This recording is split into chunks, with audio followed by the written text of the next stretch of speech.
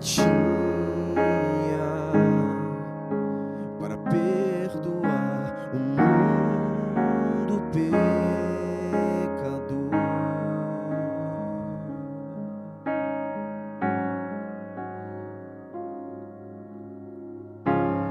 Meu Salvador, meu resgatador,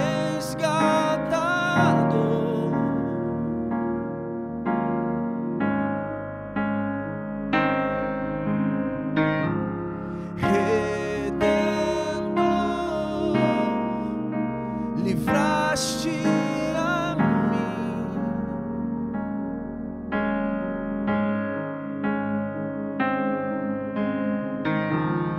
Meu Salvador, meu resgatador,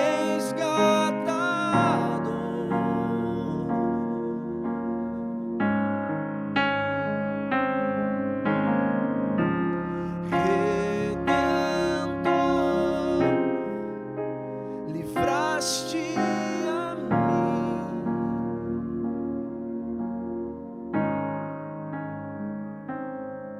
E eu me prostro aos teus pés, minha vida a ti entrego. E eu me prostro aos seus pés, a minha vida a ti entrego.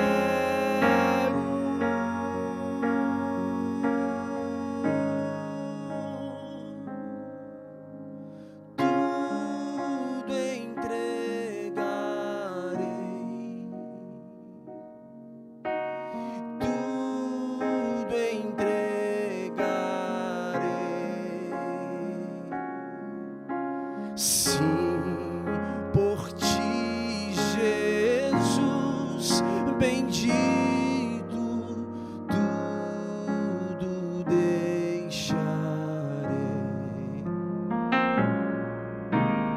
tudo entregarei,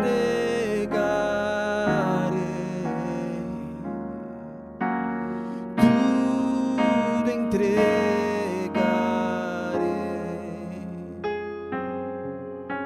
Sim, por ti, Jesus, bendito, tudo deixarei.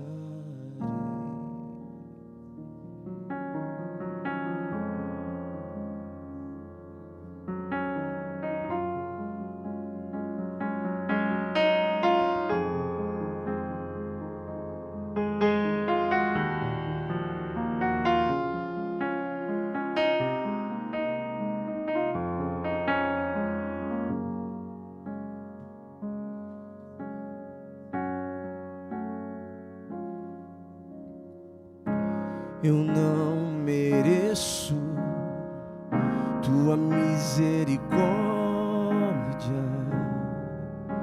mas tu vieste de longe, escutei tua voz chamando meu nome.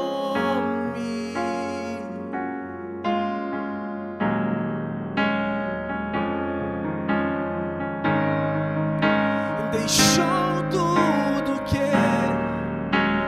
tinha para perdoar o mundo pecador.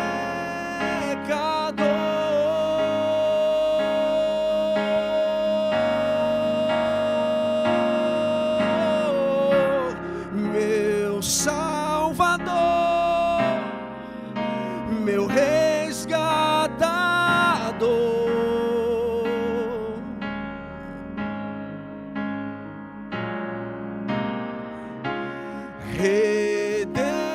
Redentor, livraste a mim.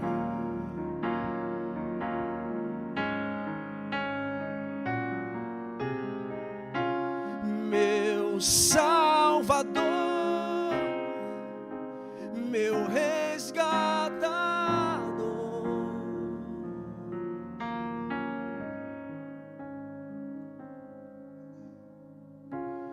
Redentor, livraste a mim.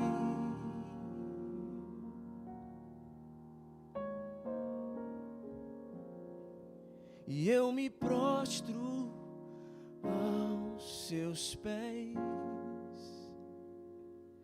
a minha vida te entrego. Eu me prostro à sua boa obra feita, e a minha vida quer corresponder ao sacrifício do Senhor. Eu me prostro, eu me rendo, não há outro que me amaste mais, que se entregou mesmo sem eu merecer. Você não me negou, então eu vou corresponder ao seu amor.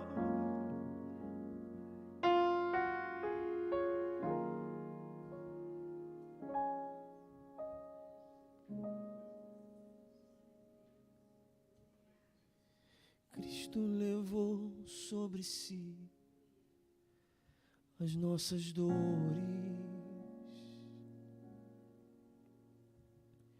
Ele levou sobre si as nossas transgressões. Você pode se colocar de pé. O castigo que nos traz a paz estava sobre ele, e por suas chagas fomos sarados.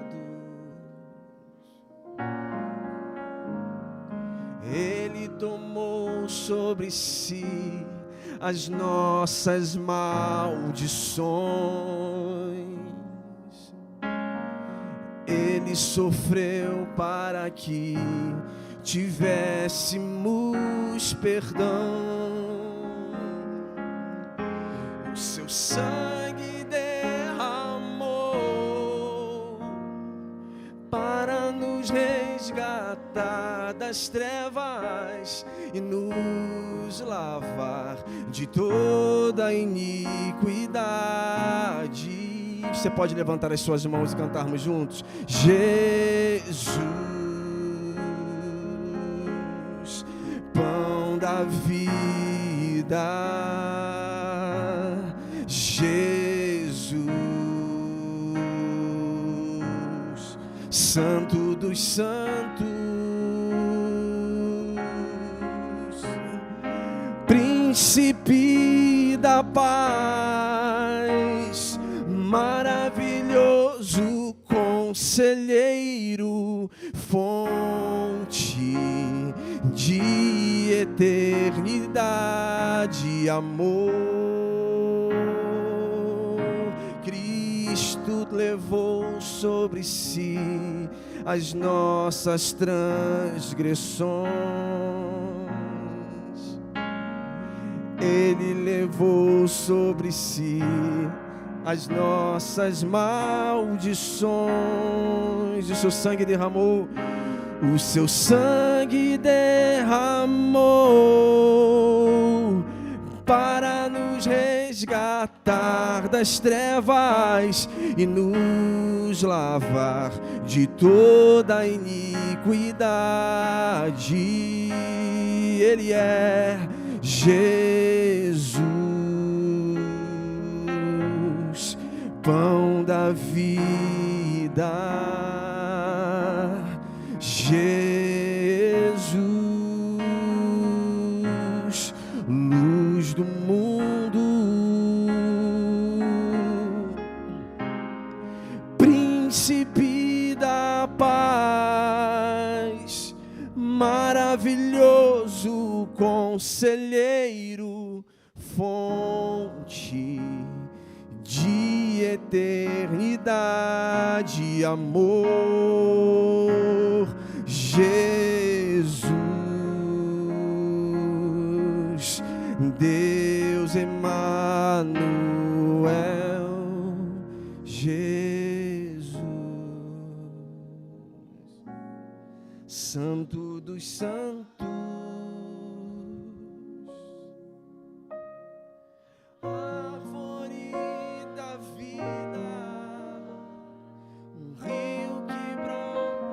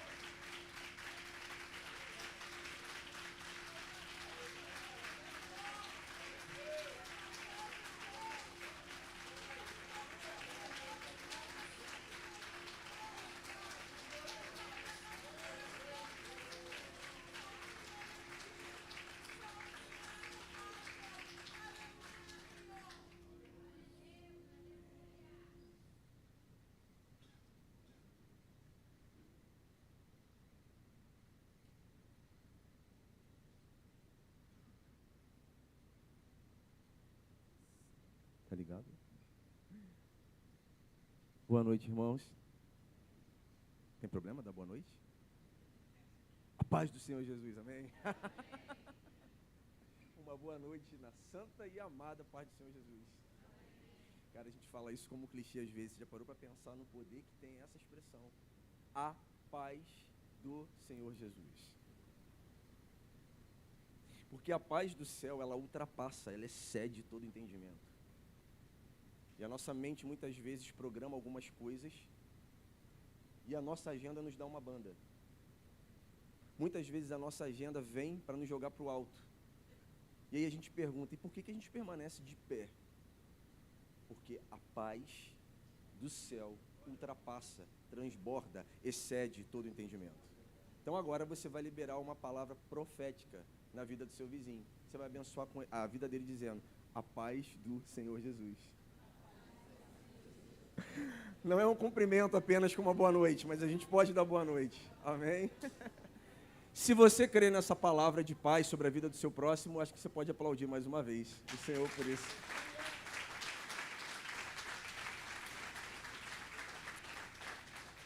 Senhor, nós estamos aqui nessa noite mais uma vez, ao redor da sua mesa. E a gente quer te pedir que o Senhor nos visite profundamente, como o Senhor já tem feito desde o começo dessa reunião. Que o Senhor venha nos afetar, Deus, falar conosco de acordo com aquilo que o seu Espírito deseja nos liberar nesse dia. Nós te pedimos a sua paz, que ultrapassa todo entendimento, sendo luz, brilhando nas trevas do nosso coração, brilhando nas trevas desse mundo caído que ainda pertencemos. O Senhor é a única luz capaz de abrir os nossos olhos para a beleza de quem Cristo é. Então nós oramos ao Senhor nessa noite, pedindo, ilumina-nos através da revelação da sua palavra. É o que oramos a Ti em nome de Jesus. Amém. Abra comigo em 1 Timóteo. Se você não se importar, ainda um pouquinho de pé.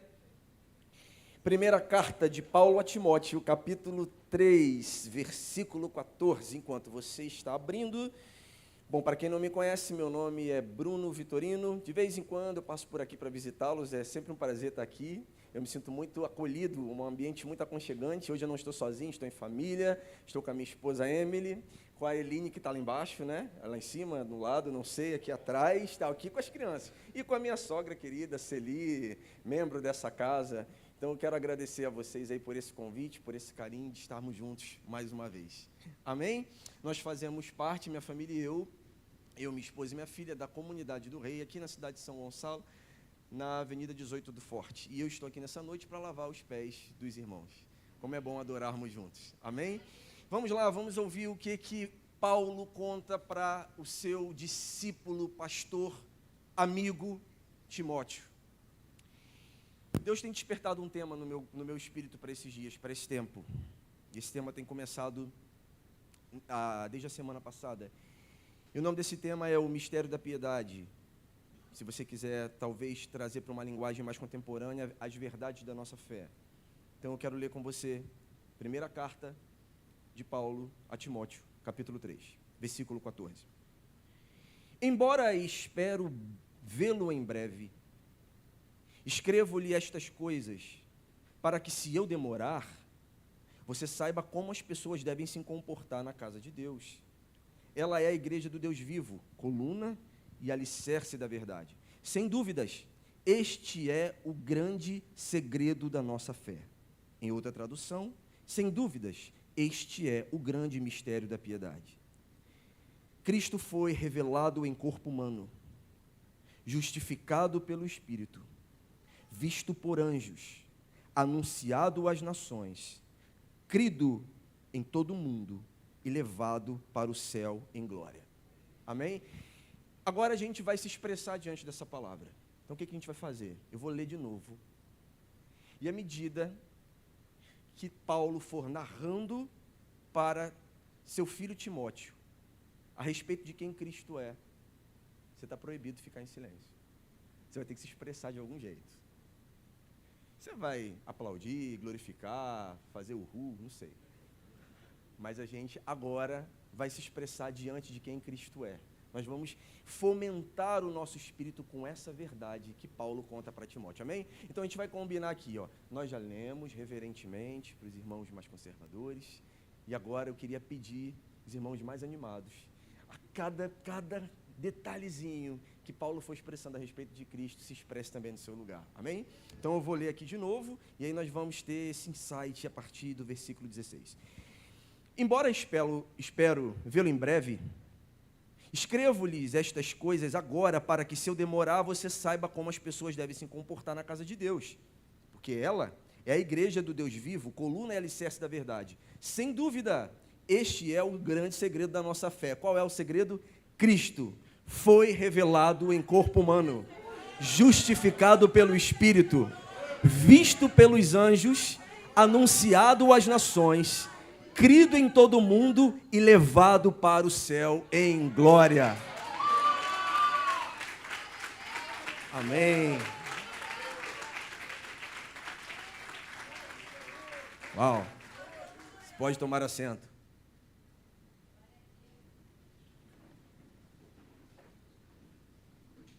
Quantos aqui já receberam visita em casa alguma vez na vida? Tem pessoas que nunca receberam visita? Contem para mim o que acontece se você recebe um telefonema de um parente, de um amigo, de alguém próximo e fala assim: amanhã eu vou lá na sua casa te visitar. Meu saudoso sogro falava assim: se a louça estiver suja na pia, a gente faz o seguinte, a gente joga tudo dentro da pia, bota um paninho de prato por cima. Mas o que a gente faz quando a gente recebe uma visita em casa? Qual é o primeiro passo?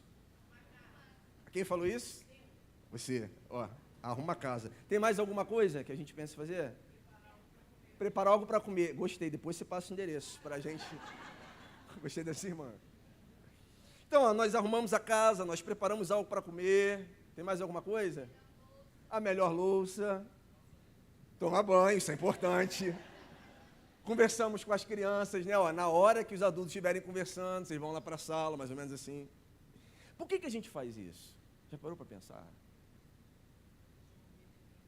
Para deixar um ambiente agradável. Por que a gente quer deixar um ambiente agradável? Para impressionar a visita, para se sinta à vontade. Por quê? Porque existe um pano de fundo. Qual é o pano de fundo? Por exemplo, eu quero ver quem conhece o pastor Davi. Eu quero que alguém aqui desse lado da plateia me diga alguma coisa que o pastor Davi gosta muito, que ele gostaria de... Hã? Como é que é? Flamengo, é verdade? Flamengo, camarão. Abraços. E aqui, desse lado da plateia, tem alguém que arrisca? Como é que é? Ilha de Itapuias. Mais alguma coisa, gente? Churrasco, da esposa dele, né? Alguém falou. Família. Mas vamos lá, eu vou ficar com o Flamengo. Por quê? Porque provavelmente, se a gente entra na casa de alguém que gosta do Flamengo, você gosta do Flamengo mesmo? Não é heresia não, né? Em algum lugar do cômodo da casa dele, você vai encontrar alguma coisa do Flamengo. Não é? Toalha do Flamengo, caneca do Flamengo, prato do Flamengo, camisa do Flamengo. Por exemplo, se você gosta muito de livros, em algum lugar da sua casa você vai encontrar livros, porque, na verdade, a casa, ela passa a ser o extrato de quem nós somos. Então, é óbvio, a gente quer impressionar sim, mas o que significa impressionar? Causar uma impressão verdadeira de quem nós somos. Então, assim, é óbvio, né? A gente vai tomar banho, mas não significa que a gente deixe de tomar banho nos outros dias. Mas quando eu estou cheiroso, bonito, limpinho, com uma roupa bela, bem aconchegante, significa que quando a pessoa chega até a mim, ela tem uma impressão de quem eu sou por dentro. Então, por isso, nós gostamos de arrumar a casa para deixar o ambiente bem confortável para o visitante quando chega, porque a nossa casa é o extrato de quem nós somos por dentro. A gente que está em campo, em missão, a gente pega muita coisa na estrada, né? Mas não é desagradável você ir na casa de alguém visitar e de repente você quer beber um copo d'água, aí você vai na cozinha e você olha aquele copo lá pendurado, amarelo, cheio de gordura. E aí a pessoa vem e te dá um copo d'água, você tem que engolir, fecha os olhos, aleluia, e bebe. Não é? A nossa casa é o extrato de quem nós somos. E eu não estou falando do lar, estou falando da casa. E aí a gente olha para a carta que Paulo escreve a Timóteo. E Paulo, então, é legal a gente lembrar que carta não é escrita em capítulos, tá, gente? Por exemplo, pastor Davi, vai falar lá para sua amada esposa, querida esposa, lembra daquela carta que eu escrevi para você? Consulte o capítulo 3, não existe isso, né? A gente escreve cartas em parágrafos, em frases, mas a sociedade bíblica coloca para poder dividir e a gente entender melhor. Paulo estava escrevendo uma carta para o seu filho na fé, Timóteo. E diante da carta que ele escreve, existem algumas narrativas pontuais a respeito, por exemplo, da advertência contra falsos ensinos, contra a instrução a respeito do culto, a responsabilidade de Timóteo, os líderes da igreja, e de repente Paulo chega num ponto. E esse ponto conecta com a última mensagem que eu ministrei aqui para os irmãos. Ele fala, embora espero vê-lo em breve. Seria muito prático Paulo gerar um discipulado à distância. A logística não era prática. Estar perto não era prático. Todo o recado que ele tinha para poder despertar a igreja em Éfeso através do pastor Timóteo já estava narrado nas cartas. Porém, ele nos traz um insight curioso. Ele fala, espero vê-lo em breve. Isso nos faz entender que uma igreja que se congrega ao redor da revelação do Cristo das Escrituras tem prazer em ter comunhão uns com os outros. Esse modelo de igreja, esse modelo de frase, espero vê-lo em breve, não pode sair dos lábios e nem do coração de alguém que se sustenta em apenas encontros dominicais. Porque a cada dia que se passa eu estou mais convencido que o culto é um serviço que nós, igreja, prestamos a Deus. Mas nós podemos nos reunir dominicalmente durante 1, 10, 100 anos e mesmo assim perdermos uma das melhores partes da vida da igreja, que é congregar. E eu falo isso porque no século 21, uma das coisas que tem sido despertada na igreja, principalmente quando nós levantamos os princípios bíblicos e cristãos, é o relativismo. E eu não estou aqui demonizando a pós-modernidade, mas nós precisamos dar respostas inteligentes a perguntas inteligentes. Porque eu tenho uma filha de 6 anos que me faz perguntas. Então, Cristo não está divorciado da igreja. Cristo é o Senhor da igreja. E Cristo não está de mal com a igreja. E Cristo não odeia a igreja. É óbvio que existem circunstâncias que muitas vezes nos faz ter que estar distantes. Mas eu estou falando de pessoas que amam as Escrituras, mas que não suportam mais caminhar em uma igreja local. O que Paulo começa a falar aqui é, eu espero te ver em breve. E eu queria que nós analisássemos o nosso coração e avaliássemos. Apesar de sabermos que estamos no meio de pessoas comuns, pessoas que muitas vezes nos ferem, que muitas vezes nos decepcionam, porque nós também fazemos isso, o seu coração tem sido fomentado para estar com seu irmão em breve. Porque aqui vocês conhecem um Bruno com o microfone na mão. Mas antes de vir para cá, eu estava ali na rua de baixo, com os meus pastores e meus irmãos, sentados na mesa, de bermuda, de camiseta, e lá eles conhecem um Bruno que vocês não conhecem. Então a gente precisa, é uma honra a gente conhecer os irmãos de perto. É uma honra a gente suportar uns aos outros. E quando a gente fala suportar uns aos outros, é algo bem prático. É só você se lembrar que você entrou aqui e você está confortável porque tem uma cadeira te dando suporte. Suportar uns aos outros não é, tem que suportar esse cara, mas é dar suporte na alegria, é dar suporte na dor. Então havia uma expectativa santa aqui em Paulo, e a expectativa dele é, Timóteo, eu espero te ver em breve. Só que eu vou escrever para você tais coisas. Por quê? Porque não era como nos dias de hoje. Pode ser que a agenda de Paulo tomasse outro percurso, ele pudesse demorar no meio do caminho. E aí ele fala assim, para que se eu demorar. Então Paulo nos ensina o seguinte, eu quero estar perto, eu preciso estar perto, mas antes que eu chegue, existe um senso de urgência. E o senso de urgência vai além da minha presença. O senso de urgência é, o evangelho precisa chegar antes de qualquer coisa. O senso de urgência de Paulo é, eu quero estar, mas pode ser que eu não chegue. E se eu não chegar, a mensagem precisa chegar primeiro.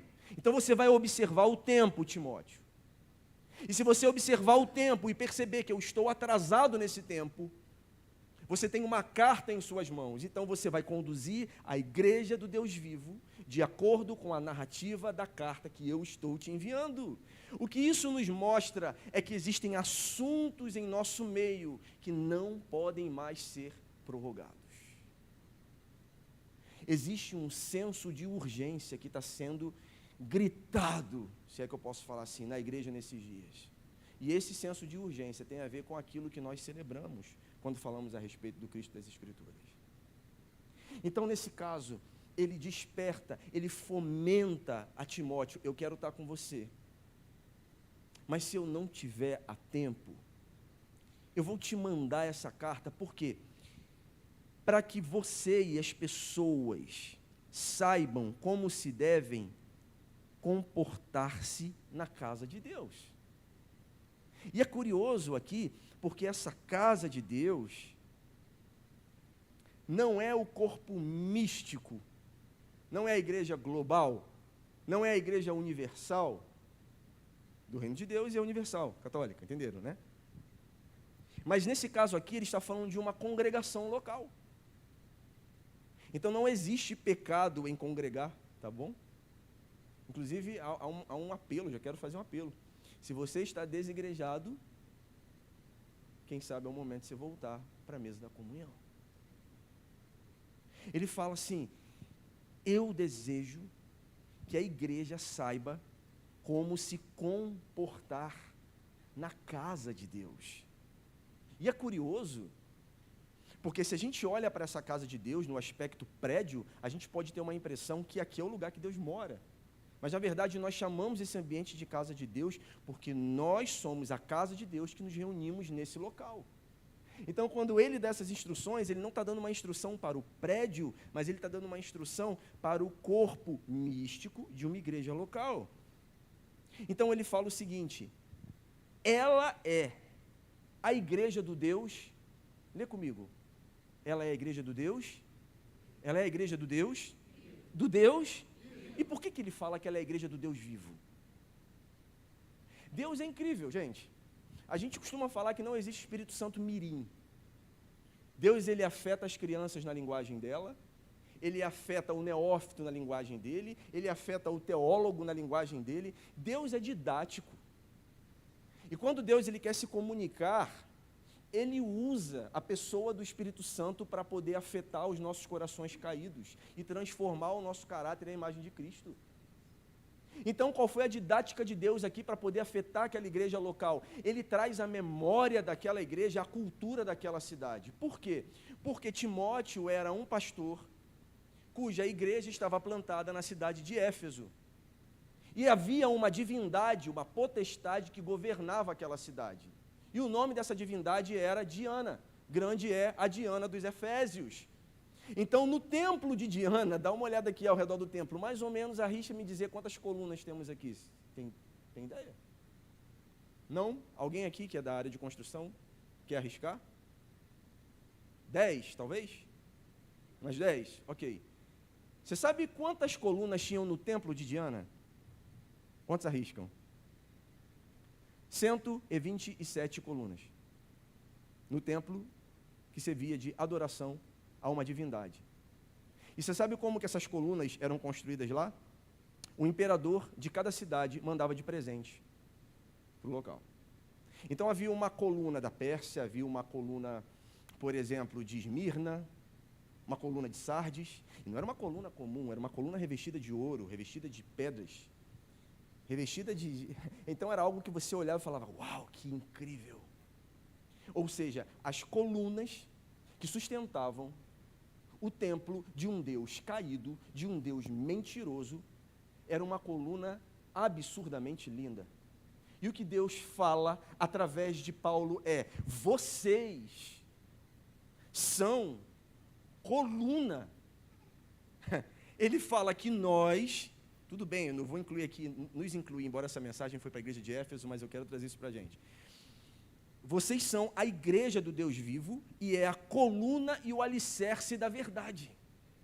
O que significa isso? Se eu entro num templo, a deusa Diana, e eu vejo uma coluna linda, eu falo, caramba, que coluna incrível, foi presenteada por quem?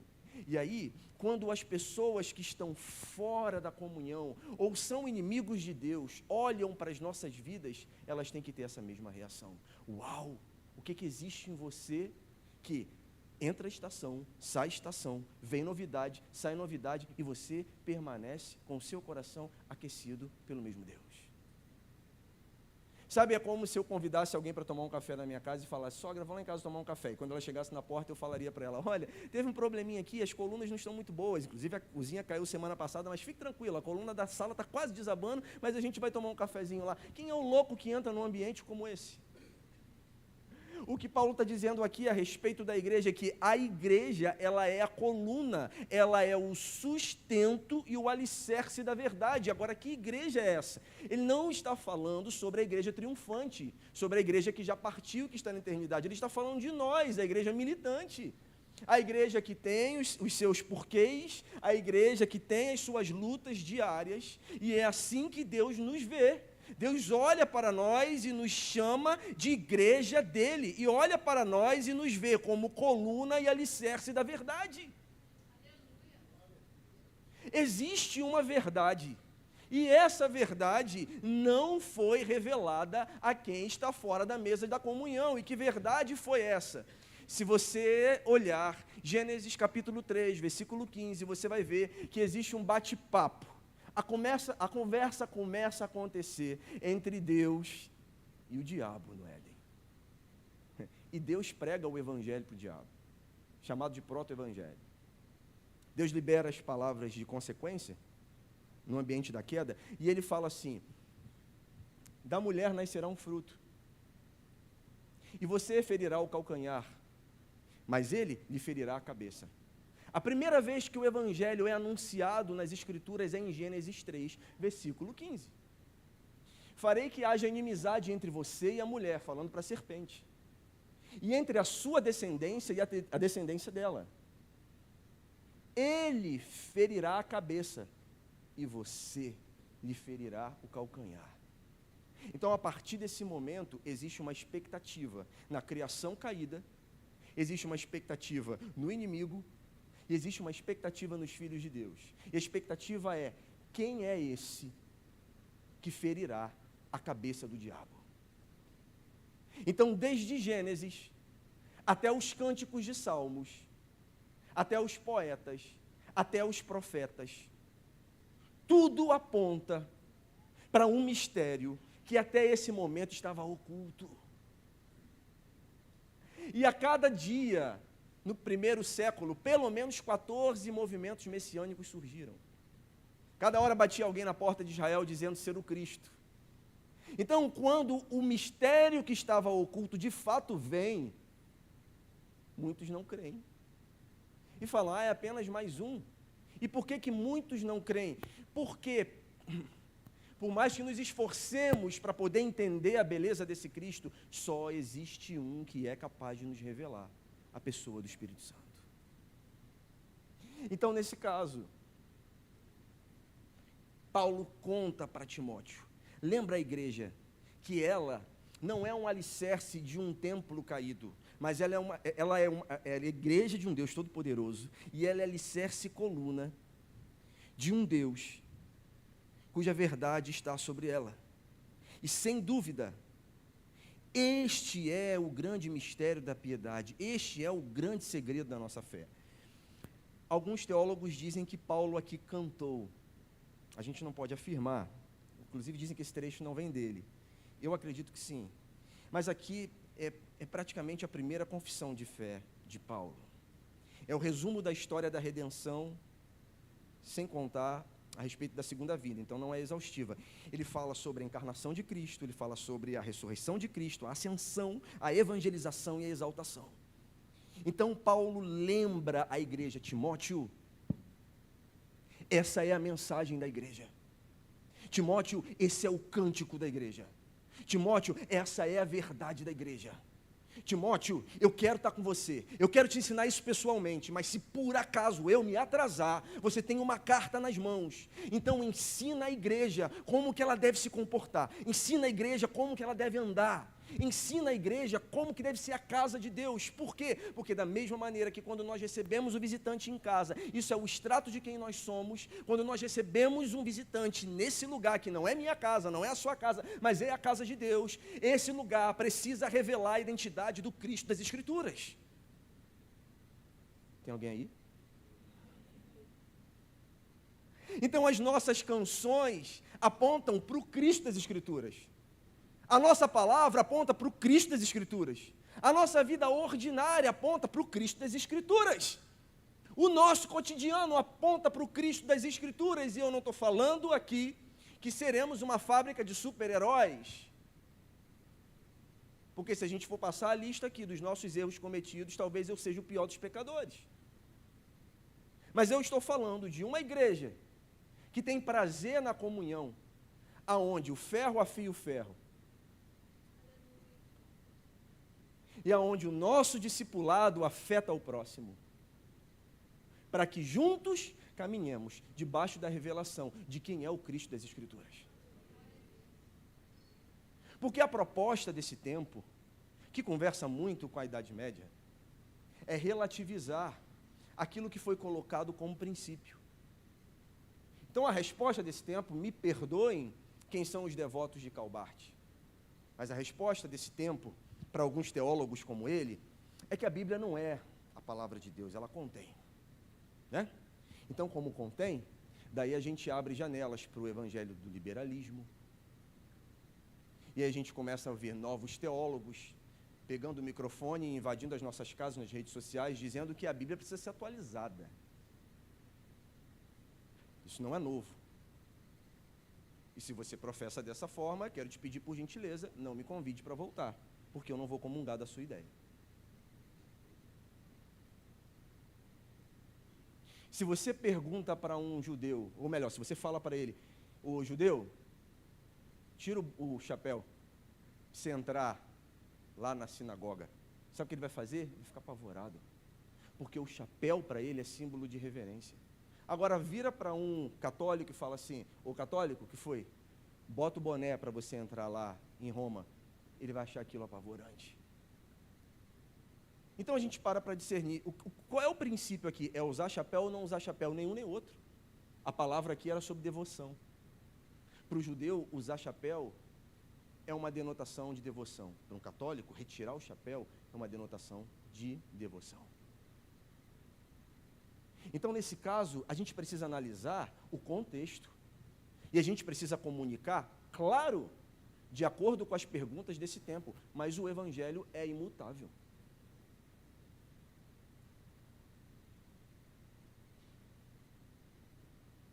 E o problema é que existem estratégias novas para a gente encher o ambiente, porque parece que, desculpa se eu estou sendo irreverente, mas a impressão que eu tenho é que algumas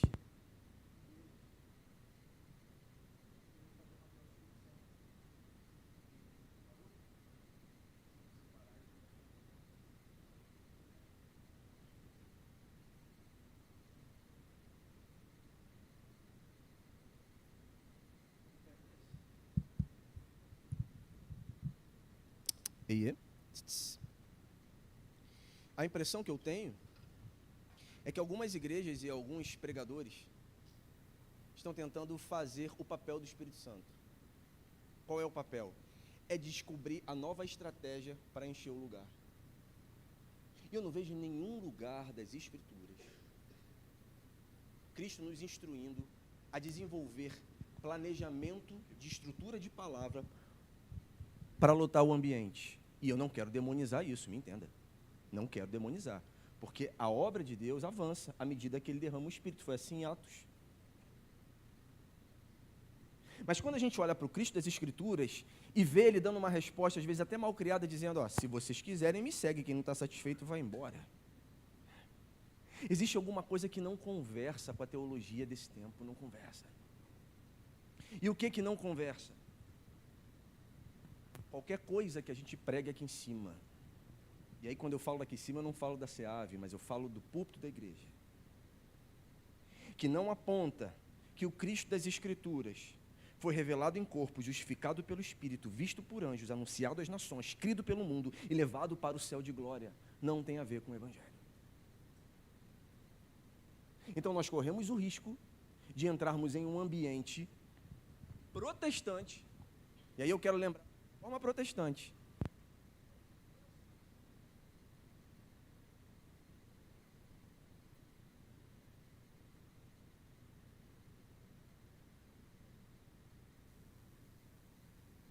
Ei. O inimigo está furioso. E o microfone também.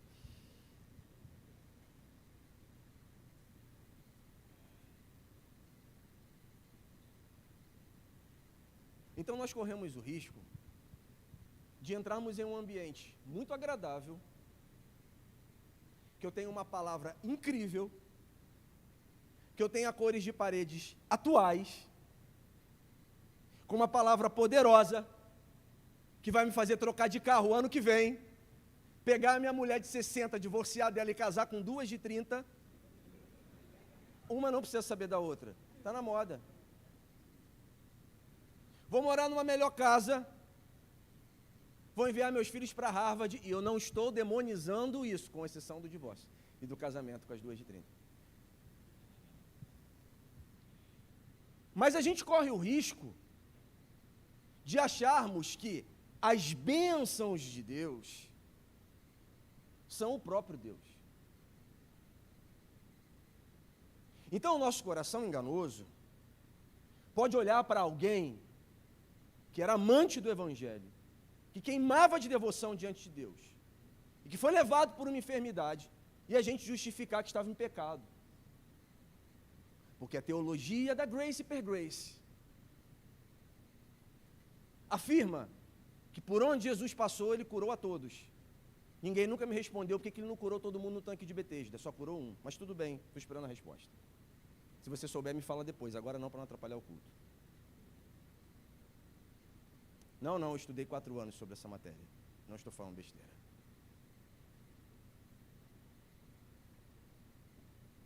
O Evangelho de Cristo nos aponta que Ele foi revelado em corpo humano. Enquanto o povo do século I duvidava a respeito desse Cristo das Escrituras, Ele estava sendo revelado diante dos filhos de Deus. E os olhos dos filhos de Deus se abrem e o coração responde à revelação da beleza do Cristo das Escrituras, a tal ponto que se eu trocar de carro eu estou feliz, se eu andar a pé eu estou feliz, se eu tiver uma melhor casa eu estou feliz, se eu tiver numa casa mais ou menos ou sem casa, eu tenho uma expectativa. Qual é a expectativa? Ele está fazendo agora, mas eu estou vivendo já e eu ainda não. Existe algo que está sendo preparado para a era vindoura, e essa era vindoura não tem a ver com as minhas conquistas que se passam, mas tem a ver com a revelação de quem é o Cristo das Escrituras. Porque se eu coloco a minha fé com uma finalidade em si mesma, eu corro o risco de sair falando aí por todo mundo, olha, porque Lázaro ressuscitou, que bonito, e cadê ele? Morreu de novo. Você entende? Ele ressuscitou por quê? Porque tinha um propósito para um tempo e depois cumpriu o tempo. Tchau, Lázaro, vaza, morre de novo. Então, gente, o milagre não tem um fim em si mesmo. A fé não tem um fim em si mesma. O milagre, a fé, o Evangelho nos aponta o Cristo das Escrituras. E qualquer coisa dentro da nossa vida ordinária, dentro do nosso culto, dentro da nossa liturgia, dentro da nossa teologia, que tem uma finalidade de nos fazer muito felizes, mas sem temor de quem é o Cristo das Escrituras, e sem sermos fomentados por correspondermos a esse amor, pode cair no erro do que Paulo fala no capítulo 4. O Espírito afirma claramente que nos últimos tempos, alguns se desviarão da fé, dando ouvidos a espíritos enganadores e a ensinamentos de demônios que vêm de indivíduos hipócritas e mentirosos, cujas consciência está morta.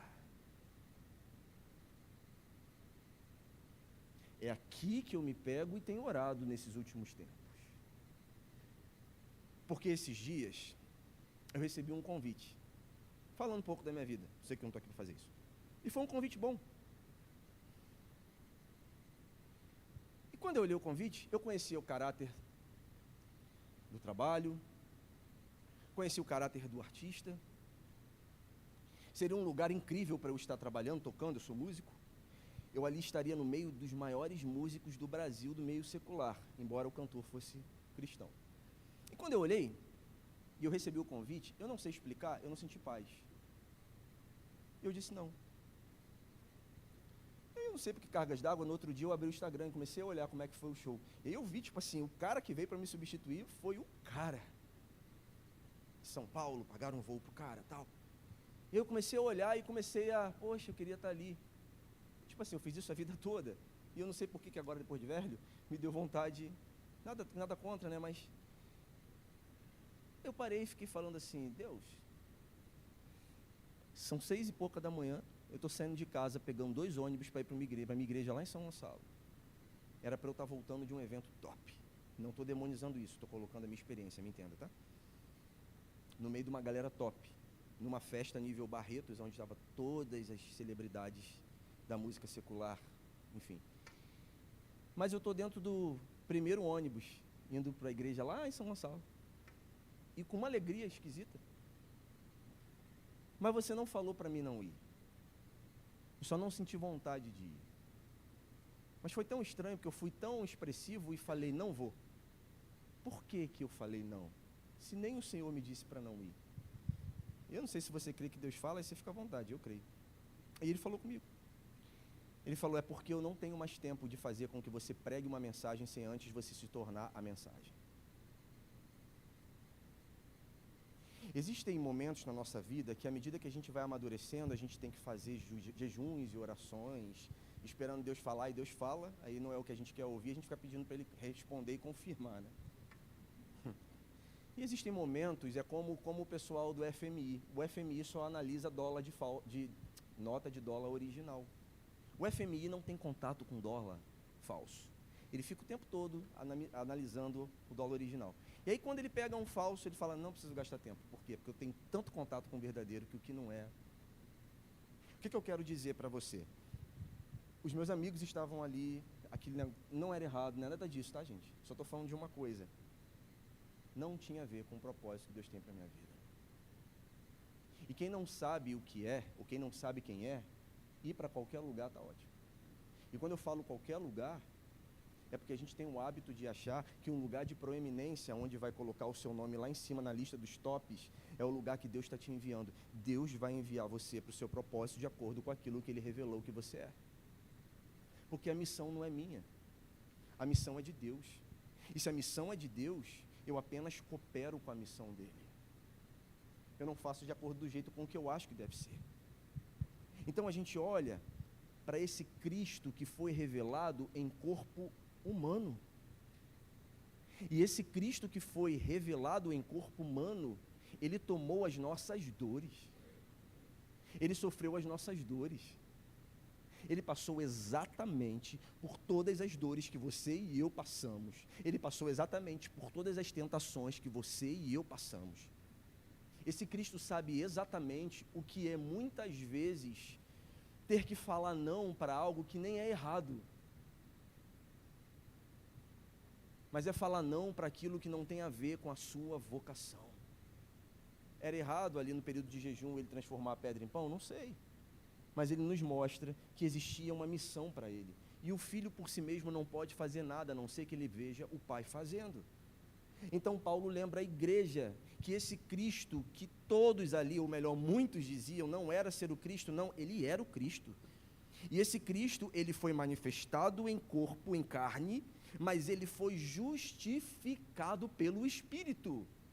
Algumas versões vão colocar Espírito com E maiúsculo, dizendo do Espírito de Deus, e outras com E minúsculo, dizendo do seu próprio Espírito, mas não há diferença. O que está sendo dito aqui é que Cristo foi provado, e o Espírito o justificou, ou seja, ele veio em forma de carne, mas ele subiu aos céus, e agora, aquilo que até esse tempo era misterioso, era segredo, agora vem a bomba maior, porque até esse momento, o insight era que a revelação de Cristo seria para os judeus, só que a expressão e a beleza desse Cristo é tão grandiosa, que não afeta somente os judeus. A palavra do Cristo das Escrituras é derramada para lavar os pés dos judeus e de nós, gentios. Sabe o que significa isso? Quando Paulo fala que ele foi pregado e anunciado às nações, nós não merecíamos, mas ele olhou para nós, que éramos no contexto de pobres, miseráveis, pecadores, e ele estendeu essa graça para nós. Como que nós podemos trocar a revelação da palavra de um Cristo que é centro das Escrituras, que é cristocêntrico por qualquer coisa? Como que nós podemos ficar satisfeitos em colocar qualquer outra coisa que ocupe o lugar do Cristo encarnado em nossas vidas? O que vem após Cristo é combo, vai ser muito legal, mas você pode ter qualquer coisa que te dê uma melhor posição longe desse Cristo. O vazio permanece da mesma forma. Da mesma forma.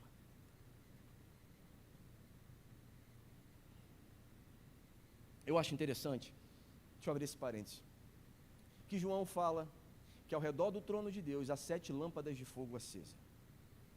Isaías capítulo 11 nos fala sobre os 7 Espíritos de Deus. Quais são esses 7 Espíritos? Sabedoria, inteligência, conselho, fortaleza, conhecimento, Senhor e o espírito de temor. São 7 espíritos. Na verdade, é um espírito, são 7 faces, são 7 características, ok? Se você perguntar para qualquer treinador do século 21 não cristão, e para qualquer pessoa que precisa ser treinada, é óbvio, as nossas emoções precisam ser domesticadas, e você perguntar para qualquer ouvinte, você quer ter sabedoria? Todos, seja crente ou não crente. Você quer ter conselho? Quem não gosta de ser um bom conselheiro? Você quer ter inteligência? Você quer ter conhecimento? Você quer o próprio Senhor? Você pode perguntar para um ateu, ele vai falar assim, eu não acredito nesse Deus não, mas meu filho está lá hospitalizado, ora aí para esse Deus que quem sabe ele não faz alguma coisa. O cara não crê, mas ele está pedindo para alguém que crê. Então você pergunta, quem quer sabedoria, inteligência, conselho, fortaleza, conhecimento, quem quer o Senhor? Aí se você pergunta assim, quem quer temor? Quem não habita em Cristo, não corresponde ao espírito de temor. Por quê? Porque para o mundo, temor é sinônimo de fraqueza. Você já ouviu de alguém, cara, eu precisei fumar um baseado para poder ficar doidão, e aí ter coragem de fazer o que eu não faria se eu tivesse sóbrio. Ou seja, quando eu fumei, perdeu o temor.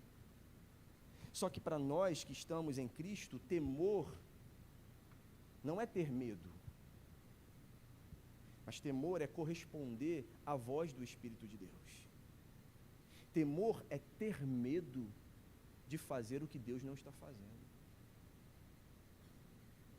Porque se mover debaixo do Espírito de Deus é ter um ofício profético, afiado, cotidiano, para ver o que Deus está vendo, ouvir o que Deus está ouvindo e falar a respeito do que Deus está falando para esse tempo.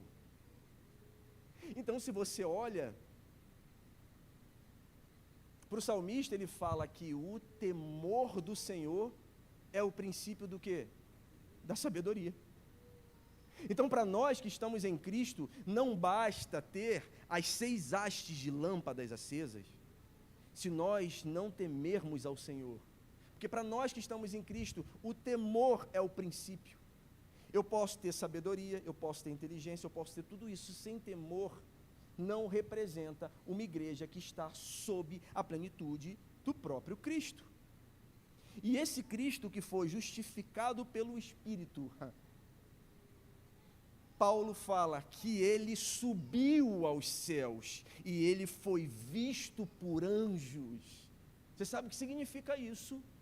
Significa que nós estamos proibidos a partir de hoje a ficarmos apáticos diante de um ambiente de louvor e adoração ao ser de Cristo. Mas eu não estou sentindo nada, mas eu não estou falando de sentimento. Eu estou falando de resposta a quem Ele é. Não, mas é que eu entrei num ambiente uma vez, eu senti um arrepio, de repente era o ventilador que estava ligado, não sei, brincadeira. Você sabe o que está exatamente acontecendo agora, diante da beleza de Cristo? Apocalipse capítulo 4 nos diz que ao redor do trono existem 24 tronos. E todos eles lançam as coroas aos pés de quem está assentado no trono e do Cordeiro. E há 4 seres viventes cheios de olhos por dentro e por fora. E os 24 anciãos e os 4 seres viventes não se cansam, nem de noite e nem de dia. Não tem fonoaudiólogo para fazer terapia, não tem soro fisiológico para poder amaciar a voz, eles não se cansam, dizendo santo, santo, santo. Mas por quê? Entenda. Porque uma dos significados originais de santo é incomum. Separado e incomum. Repara bem que os seres viventes, eles têm olhos por dentro e por fora. Então é como se fosse assim, ó. Deus está aqui assentado ao trono, e eles estão rodeando o trono. Só que como eles têm olhos por dentro e por fora, eles não conseguem se distrair com outro lugar, porque tudo que tem neles canaliza e olha para o ser de Deus. E à medida que eles olham para o ser de Deus, eles se espantam com a beleza, com algo que há nele que é incomum. Então eles não conseguem não corresponder. Então dia e noite eles dizem, incomum, santo, santo, santo. É uma santidade que gera beleza, que gera alegria e que gera temor. Essa é a revelação que os anjos estão vendo. E a boa notícia é que em breve os nossos olhos também verão. Então, esse mistério que estava oculto foi revelado diante de nós. A piedade de Deus por nós é que antes o nosso contexto era esse, de pobres, miseráveis pecadores. E quando o Espírito de Deus afeta o nosso espírito caído, ele testifica com o nosso espírito que somos seus filhos. A partir de então, como que eu fico apático diante da expressão da beleza de Cristo? Então, quando nós nos reunimos para prestar serviço a Deus, que é um culto, os nossos corações têm que ser fomentados por aquilo que a eternidade está contemplando nesse momento. Os anjos estão ao redor do trono, olhando para o Cristo em ascensão, e quando eles olham, eles correspondem à beleza da adoração de quem Ele é.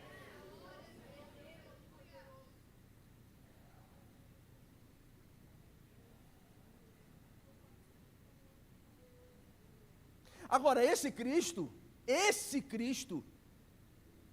ele é anunciado às nações. Você tem quanto tempo de evangelho, pastor? Quantos movimentos, e eu não estou falando, quantos ventos de doutrina, eu vou falar assim, quantos ventos de doutrina você viu que permaneceu até o dia de hoje? Já viu algum, pastor? Quantas vezes você viu qualquer um desses que pudesse ser superior à mensagem do Evangelho de Cristo? Esse Evangelho, Timóteo, esse aqui anunciado às nações e crido em todo o mundo. Preste atenção, existem movimentos de Deus, ferramentas de Deus, que são liberadas para um tempo, eu creio nisso, tá? Eu não estou aqui desprezando isso. A única coisa que eu estou trazendo diante dos nossos desafios é fazermos um paralelo se as ferramentas que são colocadas diante de nós como oportunidades, são oportunidades para que a palavra de Cristo superior avance. Porque qualquer ferramenta que faça nos competir com a própria palavra, tentando assumir o lugar de Deus, é perigoso. Porque a queda do rei de Tiro, do Lúcifer, começa quando ele tira os olhos de quem está sentado no trono e passa a olhar para o trono. Ele deseja estar num lugar que não era dele. Agora, essa palavra, ela é anunciada e crida em todo mundo. Que palavra é essa? Esse Cristo, ele foi levado para o céu em glória. Então, qualquer ideologia que tenta relativizar o Cristo das Escrituras, precisam ser confrontadas por colunas e baluartes do templo do Deus vivo. Nós somos a morada de Deus. E é claro que no fim dos tempos, espíritos enganadores e doutrinas de demônios virão em nossos meios, de homens cuja consciência estão mortas. Mas o que eu faço? Eu cruzo os braços, eu vou para a rede social discutir, eu abro o Facebook, abro o Twitter, A beleza do Evangelho precisa ser pregada.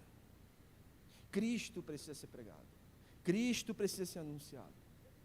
Que se levantem nessa casa e em outras casas que estão nos ouvindo, autores que debrucem diante das Escrituras para cantar a respeito da beleza do Cristo das Escrituras. Que se levante nessa casa e nas demais casas, homens comprometidos em discernir o Cristo das Escrituras e anunciar a respeito do Cristo das Escrituras. Eu quero fechar falando do primeiro ponto. Esse mistério da piedade já nos foi transmitido de uma vez por todas. Está aqui. Está aqui. Se está aqui, o que ele disse é o suficiente para arrebatar o coração de homens pecadores, em atitude de devoção, reconhecimento dos nossos pecados, entendermos a santidade de Deus. Então essa Bíblia, ela pode ter várias versões, mas atualizada não tem porquê. Porque Deus não se atualiza ao nosso tempo. Deus nos comunica de acordo com a didática dele. O que eu quero te dizer é que se você, como ministro de Deus, precisa compor algo, expor algo que deixa o Cristo das Escrituras subjetivo, subentendido, você precisa rever o seu conceito. Porque nós precisamos ser explícitos do Deus o qual nós professamos a nossa fé. A igreja preserva e transmite a verdade de geração em geração. Quantos aqui foram da época da adoração extravagante? Já ouviu falar nisso? Já pegou um negócio desse? Então, esses dias, eu descobri que eu estava ficando velho. Você é da geração dessa época? Eu descobri que eu estava ficando velho. Quando eu comecei a contar para um amigo meu, então, cara, eu me lembro de um dia que a gente estava ministrando lá no interior de São Paulo, foi até naquela igreja, da onde era a Tamires Garcia, isso, nossa, 20 anos atrás. E eu me lembro que a gente estava lá debaixo de um mover e tal, e eu comecei a ver o cara com pó de ouro na mão, a mulher, na verdade, a mulher cheia de pó de ouro na mão. Eu falei, sério? Eu falei, sério? E eu comecei a contar, cara, eu me lembro da gravação do Diante do Trono no Maracanã, e a gente estava lá, tal. Sério? Aconteceu isso? Cara, eu me lembro da época de casa de Davi. Sério? Eu falei, cara, não é possível, você estava onde? Você tem quantos anos, cara? Pô, tenho 23, nunca ouvi falar nisso. Eu falei, caraca, tô velho. Eu tô com 39, né? Tô velho. Velho não, clássico. E aí Deus começou a falar comigo. Como que a nova geração vai provar, não do que nós provamos, não é do que nós provamos, sabe por quê, irmãos? Porque o que é escritural e que é promessa é que Deus vai fechar a história com uma igreja gloriosa. Então eu tenho entendido que a minha responsabilidade como pai diante da minha filha Eline é fomentar ela, ainda uma criança, a não se dobrar diante dos falsos deuses que eu me dobrei no percurso, a não se submeter aos pecados que eu me submeti no meio do percurso, a não se distrair com elementos que tentam competir com a glória de Deus, mas eu preciso lembrar a ela as experiências que eu tive com esse Deus poderoso. Por quê? Porque isso não foi estacionado. Existe uma verdade aqui, a verdade é que Deus vai fechar a história com uma igreja gloriosa. Então nós, como pais, precisamos fomentar os nossos filhos a respeito de um Deus que não é simplesmente escritural, que não é simplesmente um Deus que está escrito para a gente vir para um ambiente degustar teologicamente de uma exposição bíblica, mas de um Deus que é vivo, que se move e que afeta até hoje com cura. Gente, alguém crê nisso? Com transformação de caráter, com transformação da vida de um pecador. Ela precisa provar disso. Por quê? Porque se as escrituras afirmam para mim que Deus vai fechar a história como igreja gloriosa, eu sou responsável hoje para que a minha filha prove um nível de excelência em Deus que eu ainda não provei. Então uma geração precisa contar a outra geração. Esses dias eu sentei com a Eline para contar como é que Deus fala com a gente. Tem um tempo já. Aí contei para ela como é que eu fui adotado. Ela falou, caraca, eu sempre vi na televisão pessoas sendo adotadas, eu nunca imaginei. Falei, então, filha, é mais ou menos isso. Não sei se você sabe. Minha mãe, ela tem um retardo mental, né? Meu pai era um usuário de drogas que abusava da minha mãe sexualmente. Dessa série de abusos foi onde eu nasci. Caraca, pai, você nunca me falou isso. Aí eu contei para ela como que o evangelho entrou no meio da história. Interessante, eu não sabia disso. Então uma geração precisa contar para outra. Não é a gente olhar para aquilo que a gente provou de Deus simplesmente com saudosismo. Por quê? O Salmo 24 diz assim, ó, levantai, ó portas, as vossas cabeças. Já leu isso? Levantai-vos, ó portais, o quê? Antigos. Levantai, ó portais, antigos. Os portais do templo eram gigantescos, por quê? Porque o rei da glória era grande. E para um rei da glória gigante entrar, ele não consegue entrar num lugar pequeno. Mas olha o que o salmista diz, levantai, ó portais antigos. Sabe o que significa também? É que existem estruturas antigas dentro de nós que precisam ser sacudidas e abaladas para receber aquilo que o rei da glória está fazendo nesse tempo. Porque senão a gente se apega ao saudosismo do que a gente viveu. E a gente esquece de se avançar, de avançar para aquilo que Deus está fazendo agora. Mano, tudo bem, há 25 anos atrás, talvez o padrão na igreja brasileira fosse estar em cima do púlpito de terno e gravata e tá. E agora, tá bom, se Deus quiser usar um cara cabeludo, tatuado, enfim, um João Batista maluco lá. Rapaz, a mensagem não pode ser adulterada. Agora a gente precisa se mover para o que Deus está fazendo, para como Deus está se comunicando. Então, para isso, muitas vezes, as portas antigas da gente precisam ser estremecidas. E serem estremecidas até mesmo para a gente entender quando é tempo de passar o bastão e de levantar filhos maduros que irão continuar a corrida quando nós estamos cansados. Então, uma geração, ela conta a outra geração.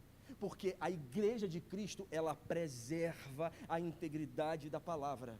A igreja do Deus vivo, ela subsiste nesse mundo que professa um evangelho falso. A igreja do Deus vivo, ela não admite qualquer tipo de palavra que vai competir com o Deus das Escrituras. Senhor Jesus, Ele é o nosso Salvador, mas Ele é o nosso Senhor. Ele é o único capaz de nos resgatar do império das trevas e nos trazer para a sua maravilhosa luz. Ele é o único caminho, é a única verdade, é a única vida, e longe dele não há salvação. Ah, Timóteo, eu queria estar com você. Eu queria te dar um abraço, vou parafrasear. Eu não sei se vai dar tempo. Mas se eu não chegar, você tem uma palavra guardada. Talvez a igreja física não vá a lugares que você manda de boné, vai colocar a planta dos pés. Mas talvez se ela não chegar, você está lá. E agora você tem uma palavra.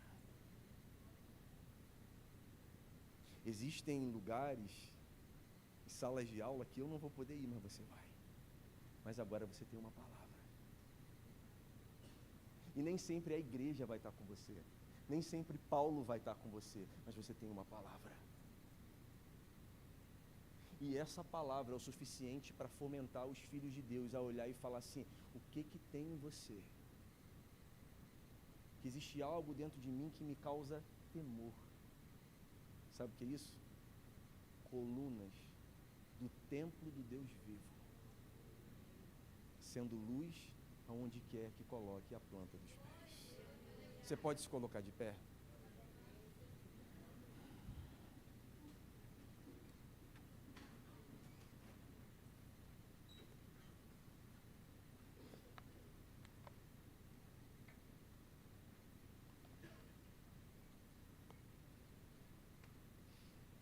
Eu quero orar por alguns motivos aqui. Primeiro, para que Deus gere no seu coração uma santa fome, uma santa vontade de estar em comunhão, uma santa inquietação para você dividir o pão e para você provar do pão do outro. Eu quero orar para que a gente,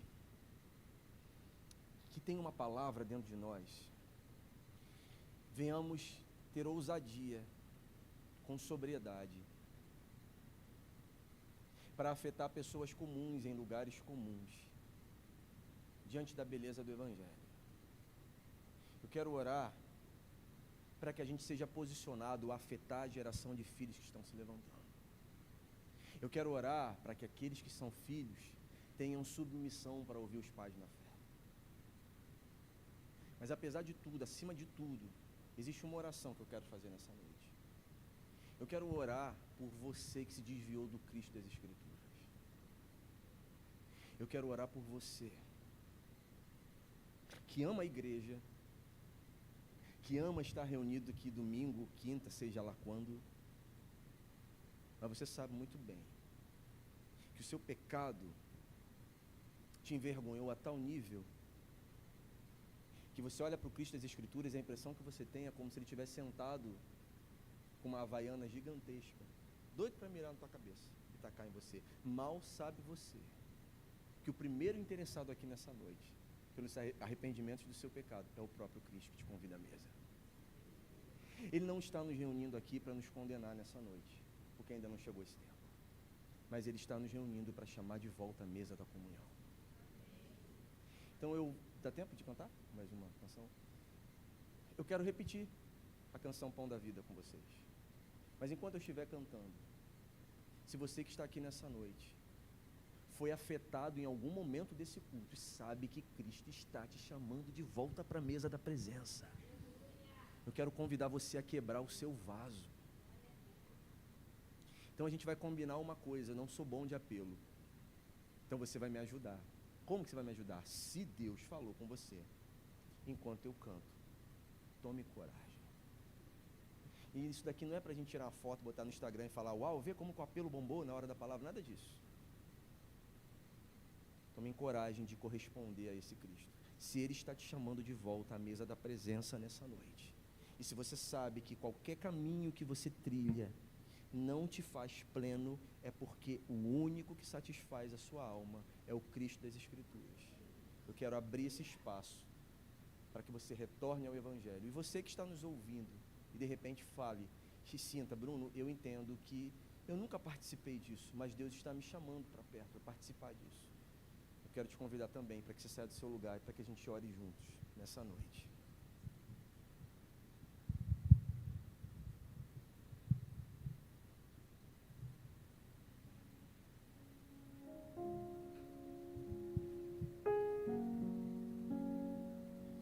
Cristo levou sobre si as nossas dores. Ele levou sobre si as nossas transgressões. O castigo que nos traz a paz estava sobre ele, e por suas chagas fomos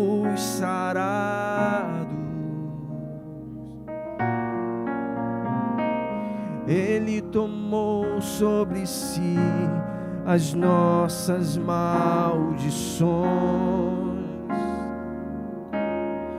Ele sofreu para que tivéssemos perdão. O seu sangue derramou para nos resgatar das trevas e nos lavar de toda iniquidade.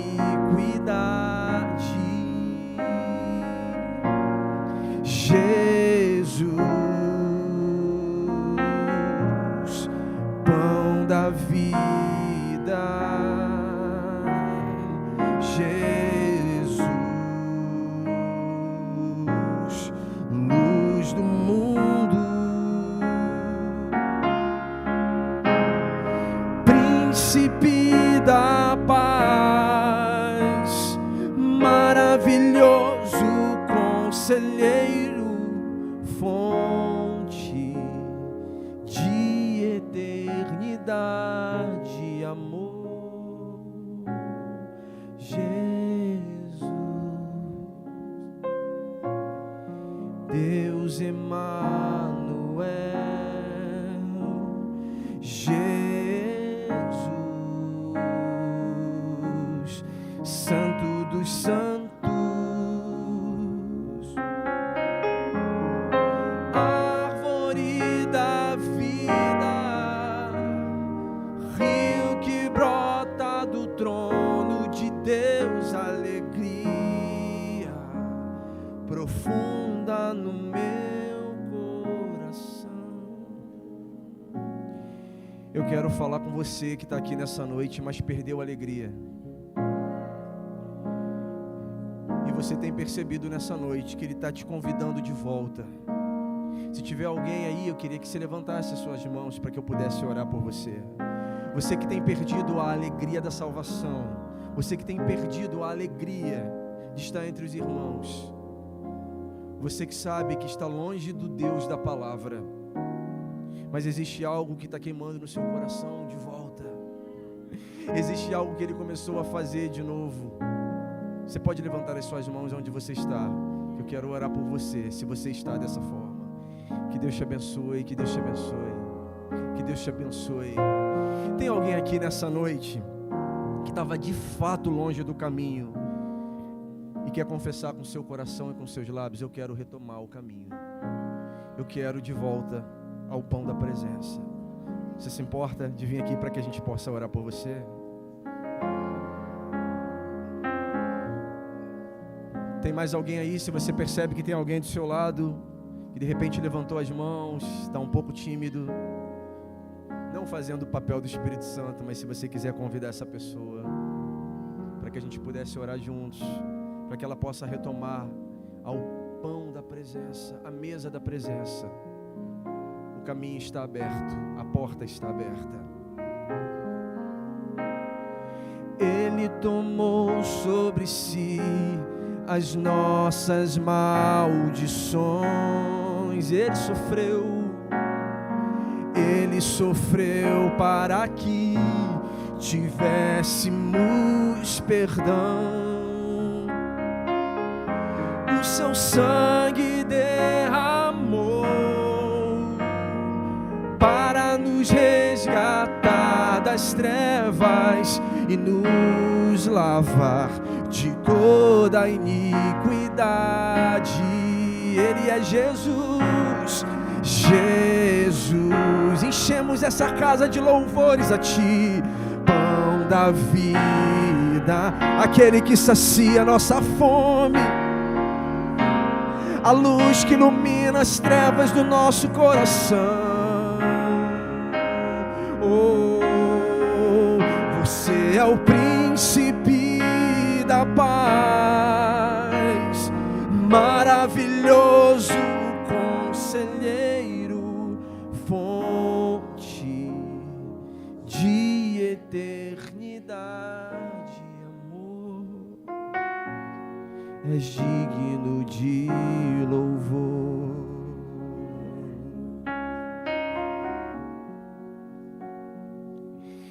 Senhor, nós estamos aqui nessa noite, diante do pão da Tua presença.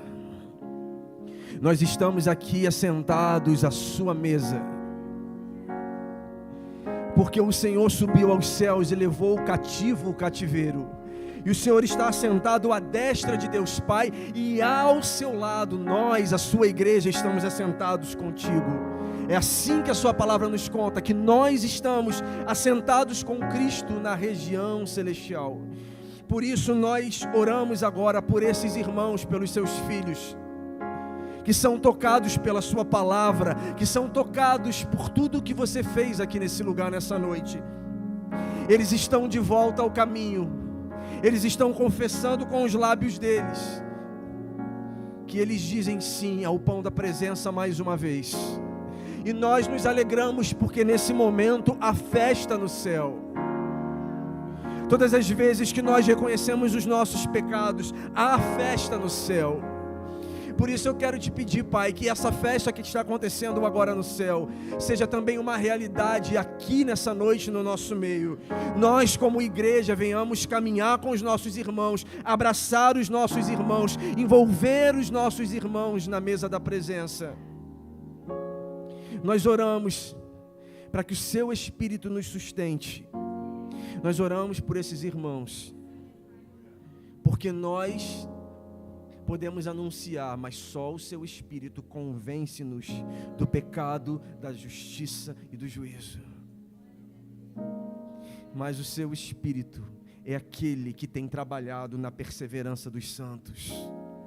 Por isso aqui estão os Seus santos, Pai. Nós apresentamos o Senhor, os filhos que são Seus, e o Senhor já conhece. Completa a boa obra que o Senhor é fiel, porque já começou.